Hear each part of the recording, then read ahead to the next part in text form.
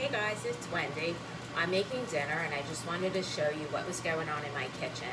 So I am making some French onion and mushroom soup in my Crok, and you can see I am caramelizing my onions, my mushrooms. I have 3 cloves of garlic in here. I wish you could smell it because it smells just amazing. And I am going to add to this 1 cup of red cooking wine, any kind of dry red wine. I am using real wine, not cooking wine tonight. And we're going to add that in. My pot's super hot, so we are going to let that just cook down for a minute. You see that alcohol boiling off.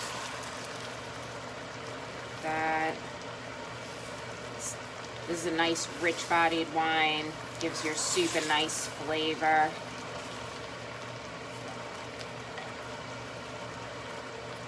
All right, we're gonna let that go for a second. And I want to talk to you about the Crok.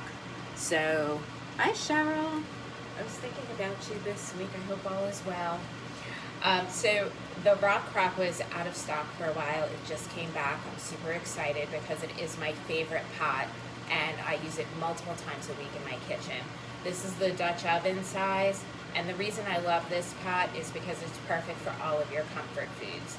So you can make your chicken pot pie in here and you saute your vegetables right on the stove.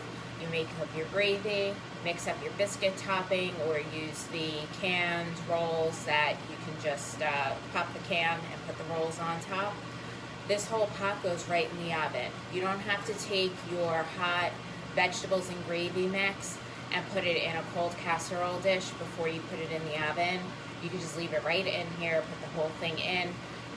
Later, you can take this, slice your bread, put it right on top. All of your shredded cheese goes on top. You stick the whole thing under the broiler, right in this pot. So your cook time is shorter, you have less dishes to clean up, and this pot will go in the dishwasher when you're done with it. And even if you have leftovers, you can just take this and you can put the lid on it. It comes with a glass lid, and the lid's of course on the other side of the kitchen. Put the lid on it, pop it in the fridge, and when you want to heat up your leftovers the next day, you just put the whole pot in the microwave. So you don't even need a container for your leftovers. All right, let me give this a stir. And a lot of my wine is already gone, so I can show you. It smells delicious. I cannot wait. This is one of my favorite soup recipes. I make a lot of soup, but this French onion soup recipe has ruined me for any soup I ever order when I go out to eat.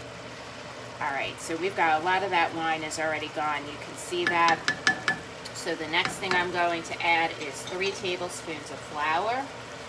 And before I do that, I need to get some, I don't have broth, I use stock. So let me get my water ready.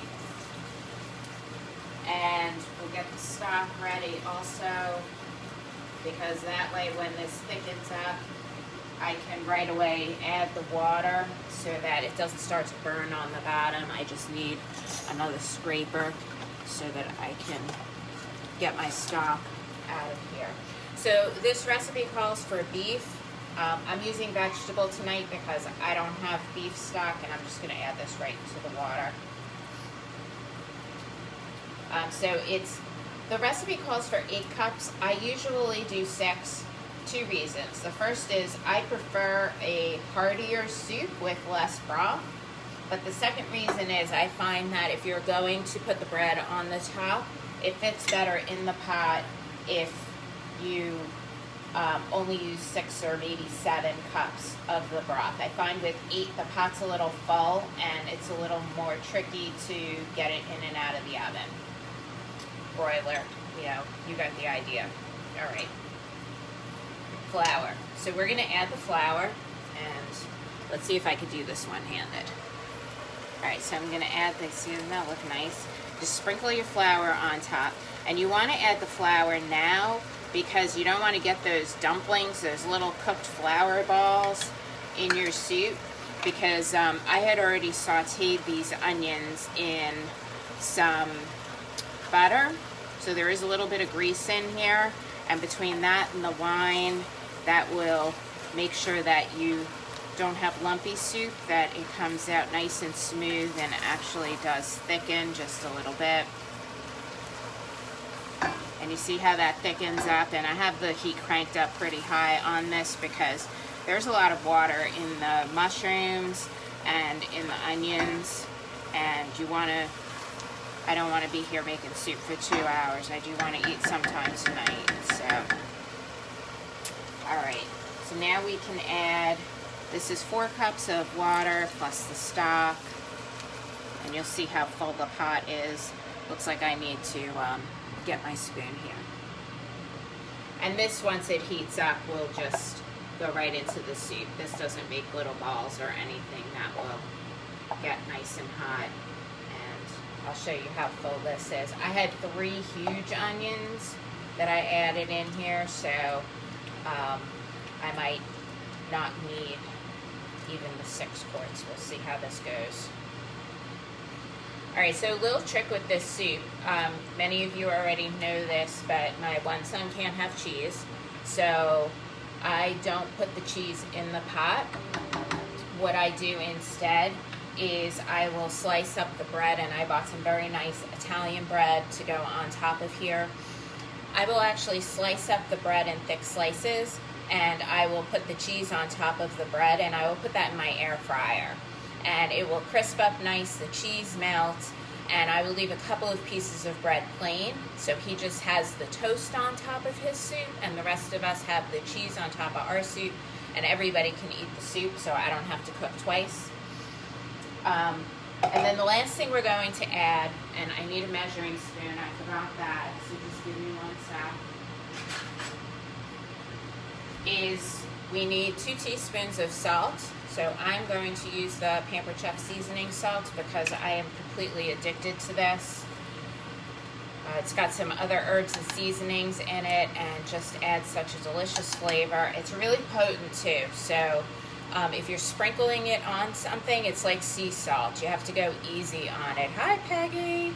Good to see you. All right. And then I'm going to add some black pepper. I use coarse ground black pepper. You can use whatever you want. You can grind it yourself. The recipe calls for a teaspoon. I do less than that because I found that 1 teaspoon was a little much for all of us. But if you like that strong peppery flavor, you can add the full teaspoon. And then the last thing I add is 1 teaspoon of dried thyme. The recipe has fresh. I never have fresh in the house. It's not an herb I typically keep, which I should because I use it all the time, but I'll just use the dry. I'm going to mix this in, and I'll show you guys again how beautiful this soup is. And I'm going to add just a little bit more water to this also because I only added the 4 cups to go with the stock. I will show you. Look at that.